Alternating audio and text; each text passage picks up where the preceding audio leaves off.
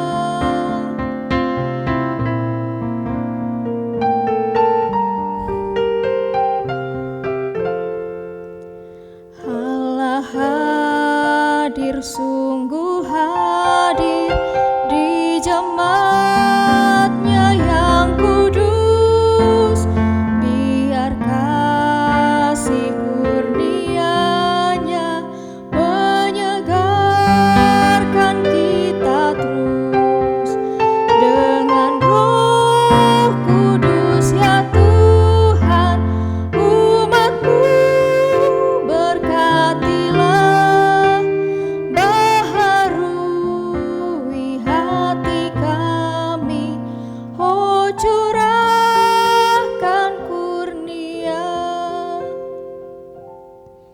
Bapak, Ibu, dan Saudara yang dikasihi Tuhan, marilah kita bersatu dalam doa. Tuhan Allah Bapa kami, Sang Sumber Kehidupan, terima kasih atas karunia-Mu. Pada hari ini kami boleh berjumpa kembali pada ibadah PA. Kiranya Tuhan berkenan hadir di tengah-tengah kami untuk membuka hati dan pikiran kami, supaya kami boleh menerima firman-Mu dengan penuh sukacita. Terima kasih Tuhan, dalam nama-Mu kami berdoa dan mengucap syukur. Amin. Bapak Ibu, sebelum kita mendengarkan firman Tuhan, marilah kita menyiapkan hati kita melalui pelengkap Kidung Jemaat nomor 15, Kusiapkan Hatiku Tuhan.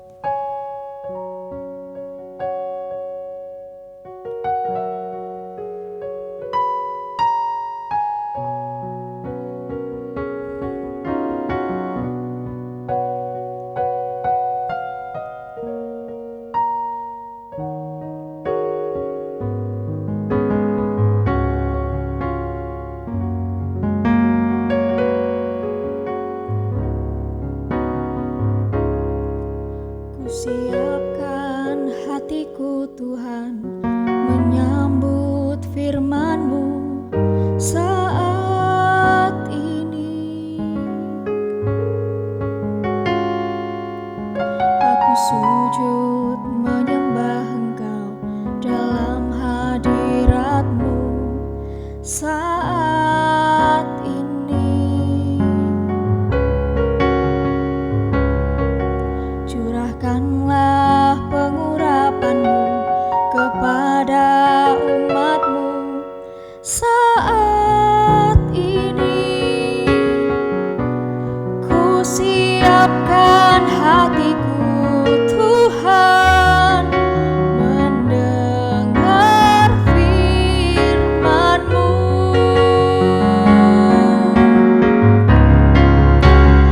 Firman-Mu Tuhan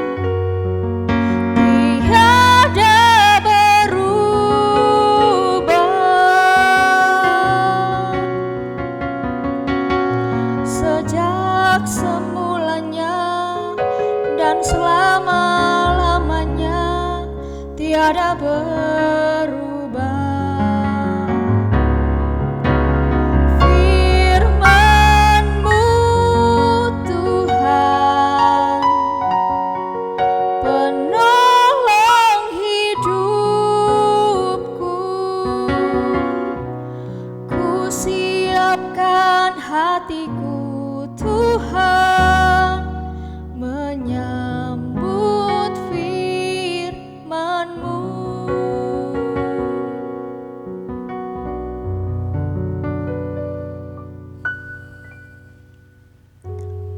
Bapak, Ibu, dan saudara yang terkasih, firman Tuhan pada hari ini diambil dari 1 Samuel 30 ayat yang pertama sampai ayat yang ke-25.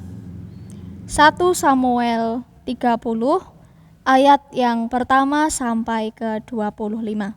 Saya akan membacakan bagi kita semua. Ketika Daud serta orang-orangnya sampai ke Siklag pada hari yang ketiga, orang Amalek telah menyerbu tanah Negeb dan Siklag. Siklag telah dikalahkan oleh mereka dan dibakar habis. Perempuan-perempuan dan semua orang yang ada di sana, tua dan muda, telah ditawan mereka dengan tidak membunuh seorang pun. Mereka menggiring sekaliannya, kemudian meneruskan perjalanannya. Ketika Daud dan orang-orangnya sampai ke kota itu, tampaklah kota itu terbakar habis, dan istri mereka serta anak mereka yang laki-laki dan perempuan telah ditawan. Lalu menangislah Daud dan rakyat yang bersama-sama dengan dia itu dengan nyaring, sampai mereka tidak kuat lagi menangis. Juga kedua istri Daud ditawan, yakni Ahinoam, perempuan Yisril, dan Abigail, bekas istri Nabal, orang Karmel itu. Dan Daud sangat terjepit karena rakyat mengatakan hendak melempari dia dengan batu. Seluruh rakyat itu telah pedih hati, masing-masing karena anaknya laki-laki dan perempuan. Tetapi Daud menguatkan kepercayaannya kepada Tuhan Allahnya. Lalu Daud memberi perintah kepada Imam Abiatar bin Ahimelek, "Bawalah efod itu kepadaku." Maka Abiatar membawa efod itu kepada Daud. Kemudian bertanyalah Daud kepada Tuhan, katanya, "Haruskah aku mengejar gerombolan itu? Akan dapatkah mereka kususul?" Dan ia berfirman kepadanya, "Kejarlah, sebab sesungguhnya engkau akan dapat menyusul mereka dan melepaskan para tawanan." Lalu pergilah Daud beserta ke-600 orang yang bersama-sama dengan dia, dan sampailah mereka ke Sungai Besor. Sementara orang-orang yang mau tinggal di belakang berhenti di sana, maka Daud melanjutkan pengejaran itu beserta 400 orang. 200 orang yang terlalu lelah untuk menyeberangi Sungai Besor itu berhenti di sana. Kemudian mereka menemui seorang Mesir di padang, lalu membawanya kepada Daud. Mereka memberi dia roti, lalu makanlah ia. Kemudian mereka memberi dia minum air, dan memberikan kepadanya sepotong kue ara dan 2 buah kue kismis. Dan setelah dimakannya, ia segar kembali, sebab ia tidak makan dan minum selama 3 hari 3 malam. Kemudian bertanyalah Daud kepadanya, "Budak siapakah engkau dan dari manakah engkau?" Jawabnya, "Aku ini seorang pemuda Mesir, budak kepunyaan seorang Amalek. Tuanku meninggalkan aku karena 3 hari yang lalu aku jatuh sakit. Kami telah menyerbu tanah Negeb orang Kreti dan daerah Yehuda dan tanah Negeb Kaleb, dan Siklag telah kami bakar habis." Daud bertanya kepadanya, "Dapatkah engkau menunjuk jalan kepadaku ke gerombolan itu?"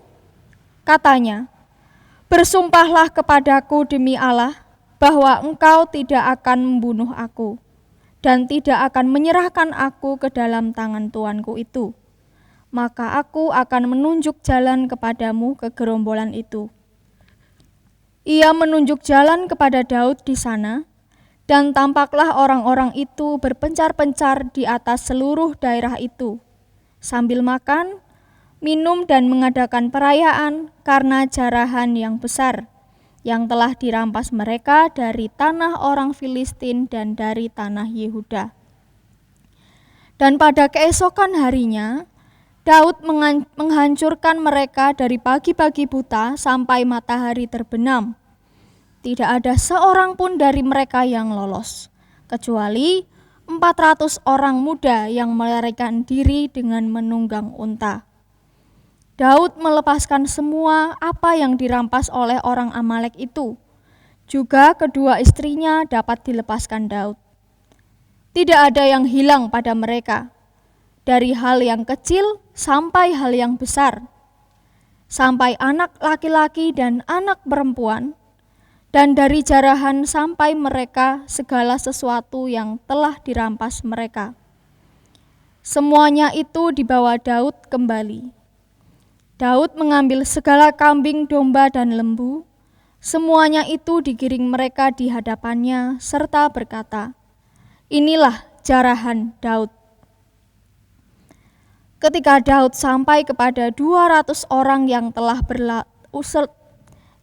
terlalu lelah untuk mengikuti Daud, yang telah dibiarkannya tinggal di dekat sungai Besor, maka keluarlah orang-orang ini menyongsong Daud dan menyongsong rakyat yang bersama-sama dengan dia. Daud mendekati orang-orang itu dan memberi salam kepada mereka. Kemudian mulailah berbicara semua orang jahat dan orang dursila di antara orang-orang yang ikut pergi bersama-sama dengan Daud itu, katanya, "Karena mereka tidak ikut pergi bersama dengan kita, janganlah kita berikan kepada mereka apa-apa dari jarahan yang kita selamatkan itu, kecuali kepada masing-masing mereka, istrinya dan anak-anaknya. Itu boleh mereka bawa, dan biarlah mereka pergi." Tetapi Daud berkata, "Janganlah kamu saudara-saudaraku berbuat demikian dengan apa yang diberikan Tuhan kepada kita. Sebab Ia telah melindungi kita dan menyerahkan ke dalam tangan kita gerombolan yang menyerang kita. Siapa yang mau mendengarkan kamu dalam perkara ini? Sebab bagian orang yang tinggal di dekat barang-barang adalah sama seperti bagian orang yang pergi berperang. Itu akan dibagi sama-sama. Dan demikianlah halnya sejak hari itu dan seterusnya, hal itu ditentukannya menjadi ketetapan dan peraturan bagi orang Israel sampai sekarang. Berbahagialah orang yang mendengarkan dan juga melakukan firman Tuhan dalam kehidupan sehari-hari. Ya, Bapak, Ibu, dan Saudara yang terkasih, seringkali kita mendengar kata himpitan. Himpitan berasal dari kata himpit yang bisa kita artikan dengan tekanan, kesesakan, dan sesuatu yang mendesak kita. Jadi himpitan dapat kita artikan dengan kondisi di mana kita merasa dalam suatu perasaan tertekan dan sesak. Dan Bapak Ibu, kita pasti pernah merasakan atau mengalami kondisi terjepit, terhimpit, dilema, dan lain-lain. Melalui bacaan kita tadi, kita tahu bahwa Daud saat itu masih terus dikejar Saul. Walaupun Daud telah berbaik hati membiarkan Saul hidup. Daud lari bersama ke-600 pengikutnya ke daerah Siklag melalui bantuan Akis, yaitu pemimpin atau penguasa bangsa Filistin pada saat itu. Siklag rupanya juga bukan daerah yang kosong, karena sebelumnya sudah pernah ditempati oleh orang Girsi, Gesur, dan Amalek. Namun ketika Daud dan ke-600 orang itu tiba di Siklag, mereka mendapati kenyataan bahwa Siklag sudah dikalahkan oleh orang Amalek. Dan istri-istri mereka semua juga telah ditawan oleh orang Amalek, termasuk anak dan kedua istri Daud juga. Situasi tersebut sangat memilukan bagi mereka tentunya. Bahkan dikatakan juga di sana bahwa mereka semua menangis dengan nyaring sampai mereka tidak kuat lagi menangis. Saking pilunya, mereka hendak melempari Daud dengan batu. Sulit untuk kita bayangkan berada di posisi Daud. Sulit kita bayangkan perasaan Daud saat itu. Di satu sisi, Daud merasa bersedih atas situasi yang terjadi. Namun, Daud juga dituntut untuk tetap kuat karena ia di situ adalah seorang pemimpin bagi para pengikutnya. Jadi, Daud juga tidak kalah sedihnya dengan mereka. Lalu, apakah yang dilakukan Daud dalam situasi tersebut? Apakah ia menyerah dengan keadaan, ia terpuruk dan terus meratapi kesedihannya?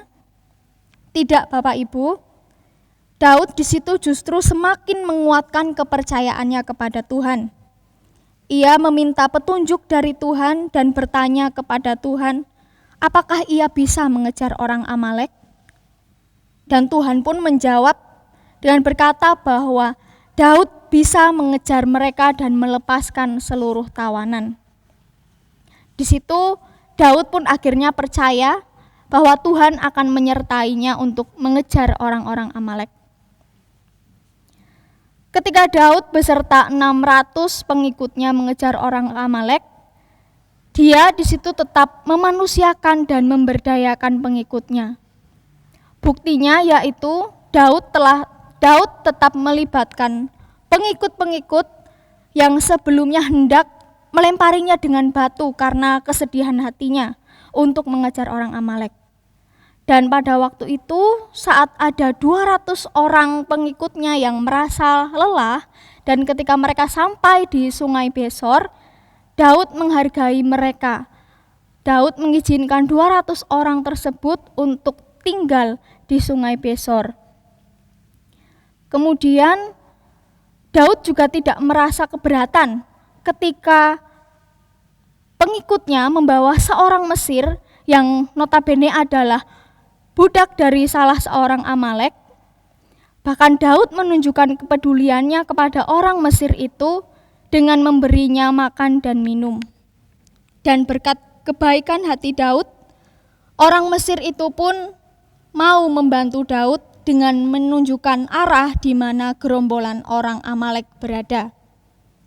Daud juga tetap bersikap bijaksana dan adil waktu itu, yaitu supaya semua pengikutnya mendapat bagian dari jarahan yang mereka ambil, baik mereka yang ikut berperang dengan Daud maupun mereka yang memilih tinggal di Sungai Besor.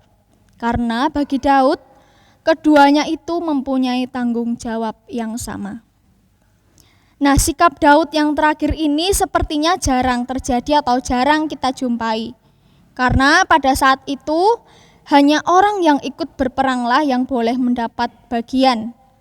Namun sekali lagi, bagi Daud, tanggung jawab orang yang berperang maupun yang tidak berperang itu adalah sama.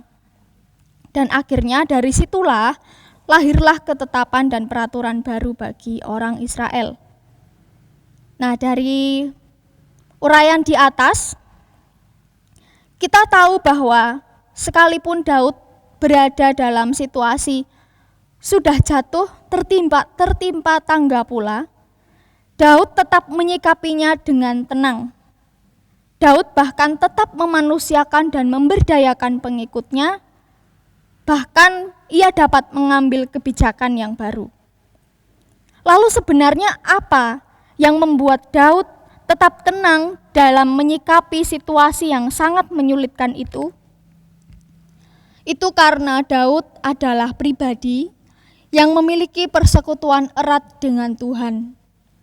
Sehingga ketika Daud berada dalam posisi atau situasi yang berat, ia tahu kemana ia harus meminta pertolongan, yaitu kepada Tuhan sendiri. Daud juga pribadi yang memiliki empati tinggi, sehingga ia mampu memposisikan diri sebagai mereka yang merasakan kesedihan karena kehilangan orang yang dicintainya. Walaupun sebenarnya Daud pun di situ merasakan kesedihan yang sama. Dan Daud juga di situ menyadari bahwa dirinya adalah seorang pemimpin yang harus mengutamakan kepentingan para pengikutnya. Daud di situ lebih memilih untuk mencari solusi untuk mendapatkan kembali orang-orang yang ditawan oleh orang Amalek dan tidak menjadikan kesedihan itu alasan untuk tidak mengambil tindakan. Dan kembali lagi, itu semua tidak terlepas dari kepercayaan Daud kepada Tuhan. Ia percaya bahwa Tuhan tidak akan meninggalkannya sesulit apapun situasi yang dialaminya. Nah, demikian juga dengan kita, Bapak, Ibu, dan saudara yang terkasih. Dalam kehidupan ini kita pasti sering dihadapkan dengan berbagai kesulitan, dihadapkan pada berbagai kesesakan, himpitan, dan lain-lain yang membuat kita menjadi tertekan. Namun kita dapat belajar dari Daud, Bapak Ibu, yang tetap tenang dan bijaksana dalam menyikapi situasi yang sulit. Sehingga sekalipun masalah dan beban hidup kita ini berat, namun ketika kita percaya kepada Tuhan, maka kita akan tetap tenang dalam menyikapinya. Selain itu, kita juga dapat berpikir bijaksana sehingga kita dapat mengambil keputusan dan tindakan yang tepat atas permasalahan diri kita. Selain itu, dari kisah ini kita diajak belajar untuk mempunyai persekutuan yang erat dengan Tuhan. Jadi ketika kita terjebak pada pergumulan hidup, kita tahu kepada siapa kita akan berlari. Sesulit apapun masalah hidup kita, kita harus tetap percaya bahwa Tuhan kita jauh lebih besar dari masalah kita. Dan untuk itu, saudara-saudara yang terkasih, dari kisah Daud di atas, kita dapat merefleksikan pengalaman hidup kita melalui pertanyaan di bawah ini. Yang pertama, apakah saudara pernah mengalami atau berada dalam situasi terjepit atau situasi terhimpit? Dan yang kedua, jika pernah, maka bagaimana cara saudara menyikapinya? Ketiga, kira-kira apa yang terjadi jika sikap yang saudara ambil pada nomor 2 tadi terus saudara lakukan? Keempat, menurut saudara, adakah tokoh di negara kita yang memiliki kualitas kepemimpinan seperti Daud? Dan menurut saudara, kualitas kepemimpinan Daud yang seperti apa yang akan atau selalu saudara jadikan teladan atau contoh dalam kehidupan saudara? Demikian firman Tuhan hari ini. Tuhan Yesus memberkati. Amin. Saat teduh bagi kita sekalian.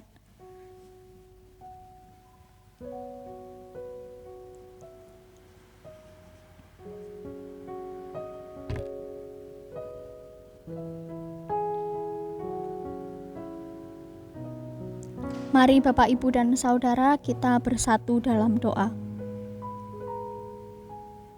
Tuhan Allah yang baik, terima kasih atas berkat kesempatan pada hari ini. Kami boleh mendengarkan firman-Mu, kami boleh menerima firman-Mu. Kiranya firman yang kami terima hari ini tidak hanya kami dengar, namun mampu kami lakukan dalam kehidupan kami sehari-hari. Sertai dan berkati kehidupan kami selanjutnya Tuhan. Hanya di dalam nama Tuhan Yesus Kristus kami berdoa dan bersyukur. Amin. Bapak, Ibu, dan Saudara yang terkasih, untuk mengakhiri ibadah PA pada hari ini, marilah kita menyanyikan pujian Mukjizat Itu Nyata.